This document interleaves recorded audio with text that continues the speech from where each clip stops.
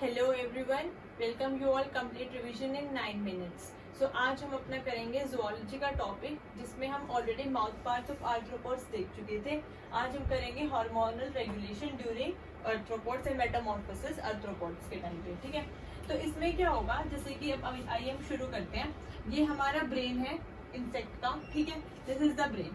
तो मैं ये आपके साथ साथ ड्रॉ कर लेती हूँ। ठीक है, आप इस तरीके से करना। यहाँ पे हमारे ऊपर जो है न्यूरो सेंसरी सेल्स होते हैं, ये न्यूरो सेक्रेटरी सेंसरी सेल्स भी आप इनको कह सकते हैं, क्योंकि ब्रेन्स में जैसे हमारे न्यूरॉन्स होते हैं जो एक दूसरे से कनेक्टेड होते हैं, तो ये न्यूरो सेक्रेटरी सेल्स है हमारे। देन इसमें जो है हमारा ये वाला जो पार्ट, इसको हम बोलते हैं कॉर्पोरा कार्डिका। ठीक है, क्योंकि ये आगे जाके कार्डियक पार्ट्स में एसोसिएटेड होगा। देन उसके बाद हमारे यहीं से ही सिक्रीट होता है प्रोथोरेसियोट्रोपिक हार्मोन, दैट इज PTTH। ठीक है, जो कि आपको प्रोथोरेसिक ग्लैंड में चला जाएगा। और ये जो नीचे के जो पोर्शन है हमारे, ये है हमारे कॉर्पोरा एलेटा। अब ये मैंने आपको डायग्राम बता दिया। अब हम इसकी फंक्शनिंग देख लेते हैं कि हार्मोनल रेगुलेशन होता कैसे है, वो लोग मेटामॉर्फोसिस कैसे करते हैं हार्मोन के प्रेजेंस की वजह से। तो देखो, सबसे पहले ये जब हमारा जो ब्रेन है, इसमें जो इसका ये वाला रीजन है, यहाँ से कॉर्पोरा एलेटा से आपको सीक्रेट होता है जुवेनाइल हार्मोन। ठीक है, देन आपका जो जुवेनाइल हार्मोन है वो आगे जाके कंबाइन हो जाएगा जुवेनाइल हार्मोनल रिसेप्टर से, JHR रिसेप्टर। तो आपको जुवेनाइल हार्मोन रिसेप्टर से वो कंबाइन हो जाएगा। ठीक है, और यहाँ से फिर वो डिफरेंशिएटिंग सिग्नल सेंड करेगा। ठीक है, पहले ये इस तरफ का पार्ट समझ लेते हैं, मैं आपको उस तरफ का पार्ट बता दूंगी। तो जब जुवेनाइल हार्मोन कॉर्पोरा एलेटा से सीक्रेट हुआ और वो जुवेनाइल हार्मोन रिसेप्टर के साथ बाइंड हो गया, तब वो आगे जाके सेल के अंदर जाएगा न्यूक्लियस मेम्ब्रेन के थ्रू। ठीक है, किस तरीके से अब वो सेल्स में जाके फंक्शनिंग करेगा कि जब वो सेल्स में चला जाएगा तो यहाँ पे वो क्रोमोसोम, जैसे जो आपके DNA होते हैं, जो क्रोमोसोम्स होते हैं, तो क्रोमोसोम में जाएगा, क्रोमोसोम से उसके RNA में चेंज करेगा और RNA से प्रोटीन सिंथेसिस करेगा। प्रोटीन सिंथेसिस उसको सिग्नल देंगे, वो पर्टिकुलर प्रोटीन डेवलप होगा जो उसको बोलेगा अब आपको लार्वल स्ट्रक्चर में कन्वर्ट होना है। ठीक है, तो यहाँ पे क्या होगा, हमने लार्वा प्रोड्यूस किया है लेकिन RNA से, तो प्रोड्यूस लार्वल RNA। पहले आपका लार्वल RNA बना, देन ये प्रोटो RNA लार्वल स्टेज बनेगी, देन कंप्लीट आपका लार्वल स्ट्रक्चर बन जाएगा। ठीक है, ये सब हो रहा है आपका जब आपका जुवेनाइल हार्मोन रिसेप्टर से कंबाइन होके सिग्नल्स दे रहा है। ये 3 तरीके से होगा। एक तो ये सिंपल इधर हो गया है, सेकेंड हमारा इस तरीके से हो जाएगा, सेम के क्रोमोसोम है, RNA है। ठीक है, ये लार्वल था, ये प्यूपा था।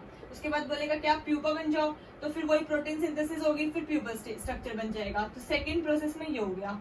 अब थर्ड प्रोसेस में क्या होगा, सेम क्रोमोसोम है, RNA है, फिर उसके बाद आपकी प्रोटीन सिंथेसिस हो जाएगी और एडल्ट बन जाएगा।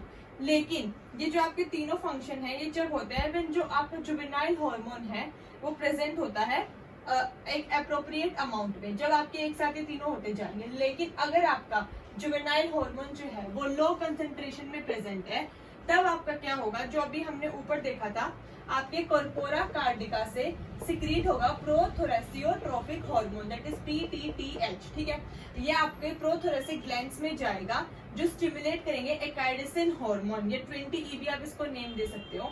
और वो एकाइडिसिन हार्मोन आपका माइटोकॉन्ड्रिया में चला जाएगा सेल के, जैसे यहाँ से ये न्यूक्लियस में गया था, लेकिन यहाँ से आपका एकाइडिसिन हार्मोन माइटोकॉन्ड्रिया में चला जाएगा और माइटोकॉन्ड्रिया से वो सिग्नल देगा 20 को क्रोमोसोम में जाओ, RNA में जाओ, प्रोटीन सिंथेसिस करो और एडल्ट स्ट्रक्चर डेवलप करो। ये वाला जो थर्ड फेज है, इतना ये आपका तब होगा जब आपका जुवेनाइल हार्मोन जो कि JH है वो लो कंसेंट्रेशन में होगा। लेकिन अगर जुवेनाइल हार्मोन आपका लो कंसेंट्रेशन में नहीं है, क्रोमोसोम पहले बना लार्वा, देन प्यूपा, देन बना आपका एडल्ट। अगर आपका जुवेनाइल हार्मोन इंक्रीज होता है तो खाली सिर्फ लार्वल स्टेज ही बनती है, मतलब इजीली। ठीक है, और अगर बाद में आपका जुवेनाइल हार्मोन अगर कम होता है तो आपका ये वाला जो एकाइडिसिन वाला प्रोसेस है ये हो जाता है एप्लीकेबल। तो इस तरीके से हमने देखा हार्मोनल मेटामॉर्फोसिस कैसे करते हैं, लार्वा से प्यूपा में, प्यूपा से एडल्ट में। अब हम देखते हैं social behaviour of Apis indica and termite. ये देखिए, आई होप ये आज क्लियर होगा। तो देखते हैं एपिस में कैसे होता है सोशल बिहेवियर।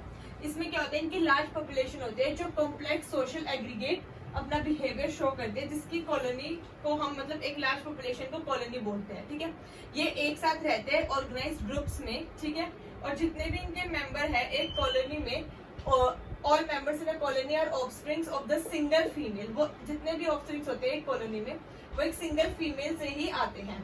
ठीक है। और उन सब का जो इसलिए जो जीनोटाइप होता है, हमने पढ़ा ना जीनोटाइप फिनोटाइप, तो जो जीनोटाइप होता है वो उन सब का सिमिलर होता है।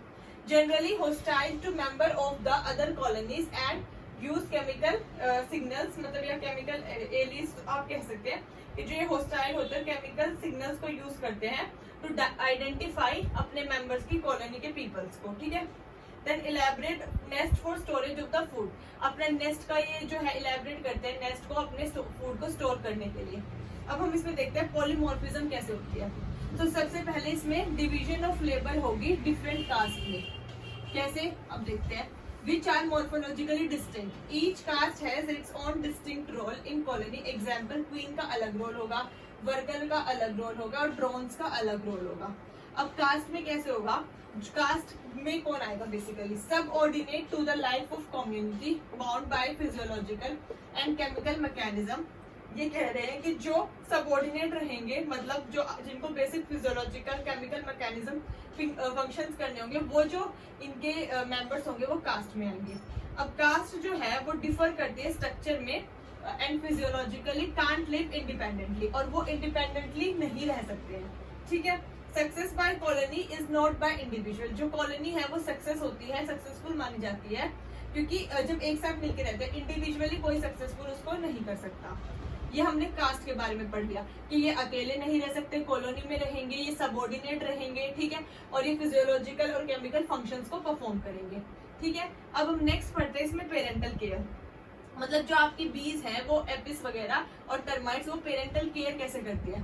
Entire colony cares for the brood, मतलब सब पूरी कॉलोनी ही केयर करती है, ऐसा नहीं है कि जिसने फीमेल ने बच्चे को पैदा किया तो बस वही केयर करेगी। As provisioning of food, cleaning and feeding the young ones and removal of the debris, ये सब वो फंक्शंस करते हैं, तो बेसिक फंक्शंस है। देन प्रोविजनिंग ऑफ फूड में क्या आता है हमारा, मास प्रोविजन आता है, ठीक है, जिसमें पोर्टर वेस्ट आ गए। देन आपके lay their eggs with sufficient mass of food for complete development of larva, तो ये अपने एग्स को ले करते हैं और फिर वो कंप्लीट लार्वा में फॉर्म से आगे डेवलप हो जाते हैं।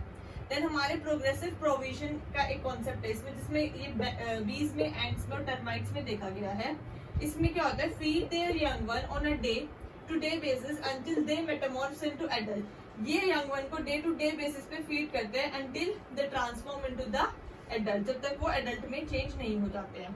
देन हमारा है ट्रोपोहेलियोक्सिस, ये एक कॉन्सेप्ट है, इसमें क्या होता है कि ये exchange of food between the insects, ये एक दूसरे में अपना जो फूड है उसको जो है एक्सचेंज करते हैं।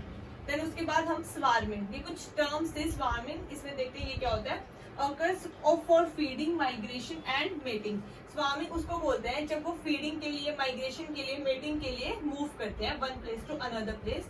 मेटिंग में क्या होता है, between queen and mates during swarming called nuptial flight, जब फ्लाइट के दौरान क्वीन जो है मेट करती है उस पर्टिकुलर फ्लाइट को हम बोलते हैं नुप्शियल फ्लाइट। तो अगर आप ये टर्मिनोलॉजी देखें तो इसका मतलब ये है जब during when a queen mate during the flight, that particular flight is called nuptial flight.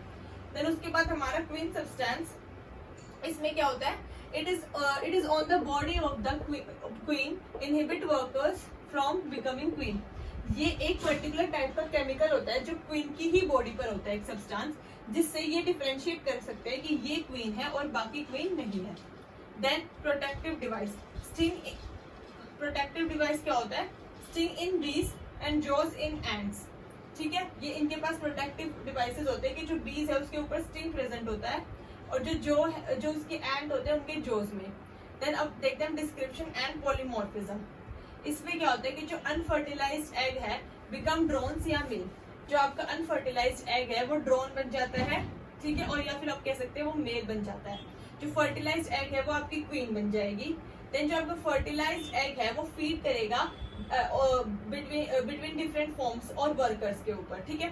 तो जो फर्टिलाइज्ड एग है feed between form and workers, और इस तरीके से वो फर्दर अपनी लाइफ साइकिल कंप्लीट करेगा, ये इसकी लाइफ साइकिल है, ठीक है। देखिए सबसे पहले हमारे पास एडल्ट भी है, एडल्ट भी जो क्वीन बी ने जो अपना एग ले किया था वो अब एग ले कर रही है, यहाँ देख सकते हैं आप, यहाँ पे एग ले किया इसने। देन उसके बाद जो वर्कर बी है feed hatched larva, worker bee आके फीड करेंगे इस पे, लार्वा जो है वो कुकून की शेप ले लेगा और कुकून से हमारा प्यूपा बन जाएगा, प्यूपा से दोबारा से एडल्ट भी बन जाएगी। तो ये हमने इसकी पूरी लाइफ साइकिल देखी है, ठीक है। इसके बाद हमारा नेक्स्ट इसमें आता है worker bee, drones and queen's में डिफरेंस क्या होता है, ठीक है। इसके बाद उसके आगे हमारा टर्माइट्स है, टर्माइट्स के बाद उसकी लाइफ साइकिल है। तो टर्माइट्स हम कल करेंगे, बट आज हम worker bee, drones and queen's का डिफरेंस देख लेते हैं। तो वर्कर, ये आपकी वर्कर बी है, ये ड्रोन्स है और वो क्वीन है। इनमें डिफरेंस क्या होगा, जैसे हमने लाइफ साइकिल तो पढ़ लिया है, हमने बेसिक्स भी देख लिए कि क्या डिफरेंस होता है, कि क्वीन एक ही होती है जिसपे एक केमिकल सब्सटेंस भी होता है, वर्कर आपके जो होता है वो सबऑर्डिनेट रहेंगे। लेकिन एक बार हम बेसिक डिफरेंस देख लेते हैं। आइए अब हम अपना डिफरेंस देख लेते हैं वर्कर्स भी, ड्रोन्स एंड क्वीन में। तो जो आपकी वर्कर भी होती है वो स्टेराइल होती है, ड्रोन्स आपके जेनेटिकली हैप्लॉइड मेल होते हैं, ठीक है। हैप्लॉइड और डिप्लॉइड, डिप्लॉइड जिसमें 2n और हैप्लॉइड में सिंगल n क्रोमोसोम्स होते हैं। देन हमारी जो क्वीन है वो रेयर्ड इन स्पेशलाइज्ड लार्ज क्वीन सेल्स, वो स्पेशलाइज्ड सेल्स में ग्रो करती है आपकी। देन आपकी जो ड्रोन्स है वो क्लीन, उनका काम होता है हाइव को क्लीन करना बेसिकली, सॉरी वर्कर बी का जो काम होता है वो हाइव को क्लीन करना होता है। देन ड्रोन्स का जो काम होता है वो fertilize the queen during nuptial flight, तो ड्रोन ही आपकी क्वीन को फर्टिलाइज करवाने में हेल्प करते हैं न्यूपचियल फ्लाइट में। देन क्वीन जो है आफ्टर न्यूपचियल फ्लाइट, क्वीन जो है स्टोर करते हैं sperm in small sac called spermatheca, तो वो स्पर्म्स को स्पर्माथीका उसके बॉडी में जो सैक होता है उसमें स्टोर कर लेती है। देन उसके बाद आपके जो वर्कर बी है make Honey out by nectar, feed on larva for 10 days, तो ये हनी बनाते हैं नेक्टर से मतलब निकाल कर, और लार्वा को फीड करते हैं 10 डेज के लिए। देन उसके बाद आपके वर्कर भी जो है when all queen dies become weak workers construct supersedure queen cells, जब उन्हें लगे कि जो ओल्ड क्वीन है वो मरने वाली है या वो वीक हो गई है तो वो सुपर सीडर सेल्स जो है क्वीन के लिए बना देते हैं। Then having strong wings for fanning, then having sitting and wax glands इनके पास होते हैं। ऑब्वियसली बात है वैक्स ग्लैंड्स इन्हें चाहिए क्योंकि यही तो वैक्स की कोटिंग करेंगे अपने सेल्स पर, क्वीन सेल्स पर। देन उसके बाद जो वर्कर्स है वो सिक्रीट करते हैं Nasonov gland to identify worker of their colony, तो पता कैसे चलता है ये उनकी ही कॉलोनी का वर्कर है क्योंकि उनके पास एक नेसोनोफ ग्लैंड होता है जो केमिकल सिक्रीट करते हैं। नेक्स्ट हम इस साइड में देख लेते हैं अपना जो द क्वीन वाला है, इसमें हमने था कि फेरोमोन्स जो होते हैं secreted by queen bind the colony, यही वो केमिकल है फेरोमोन्स जो वो सिक्रेट करती है जिससे वो पूरी कॉलोनी को बाइंड करके रखती है। और आप ये कॉलोनी देख सकते हैं इनकी, ये देखिए इसमें स्टोरेज सेल्स है, ठीक है, ये यहाँ पे ड्रोन रहते हैं, ये ड्रोन सेल्स हैं, ठीक है। ये क्वीन का सेल है, इतना बड़ा यहाँ क्वीन रहेगी, और ये क्वीन सेल है after emergence of the bee, अगर मान लो इमरजेंसी सिचुएशंस में उसको बाहर निकलना पड़े। अभी कुछ टर्मिनोलॉजीज हैं, ठीक है, वैसे मैं ऑलरेडी बता चुकी हूँ, एक बार फिर बता देती हूँ। सुपर सीडर जो है वो क्या होता है, when x laying capacity of old queen loss, तो नई जो क्वीन है उसकी प्लेस ले लेती है, ठीक है। देन उसके बाद हमारा एब्सकॉन्डिंग, इसमें क्या होता है migration of complete colony due to unfavourable condition, unfavourable condition की वजह से पूरी कॉलोनी को ही मूव करना पड़ गया, that is absconding. And swarming आपको बताइए process of living colony by the queen, जब वो छोड़ देगी तो वो दैट इज क्वीन अपनी कॉलोनी को, that is swarming. So I hope आपको आज का लेक्चर पसंद आया हो, आपको पसंद आया तो please like share and subscribe the channel. और आते में अब हम नेक्स्ट वीडियो में अपना टर्माइट की लाइफ साइकिल से स्टार्ट करेंगे। सो बहुत जल्दी मिलते हैं अपने नेक्स्ट वीडियो में। थैंक यू सो मच, जय हिंद।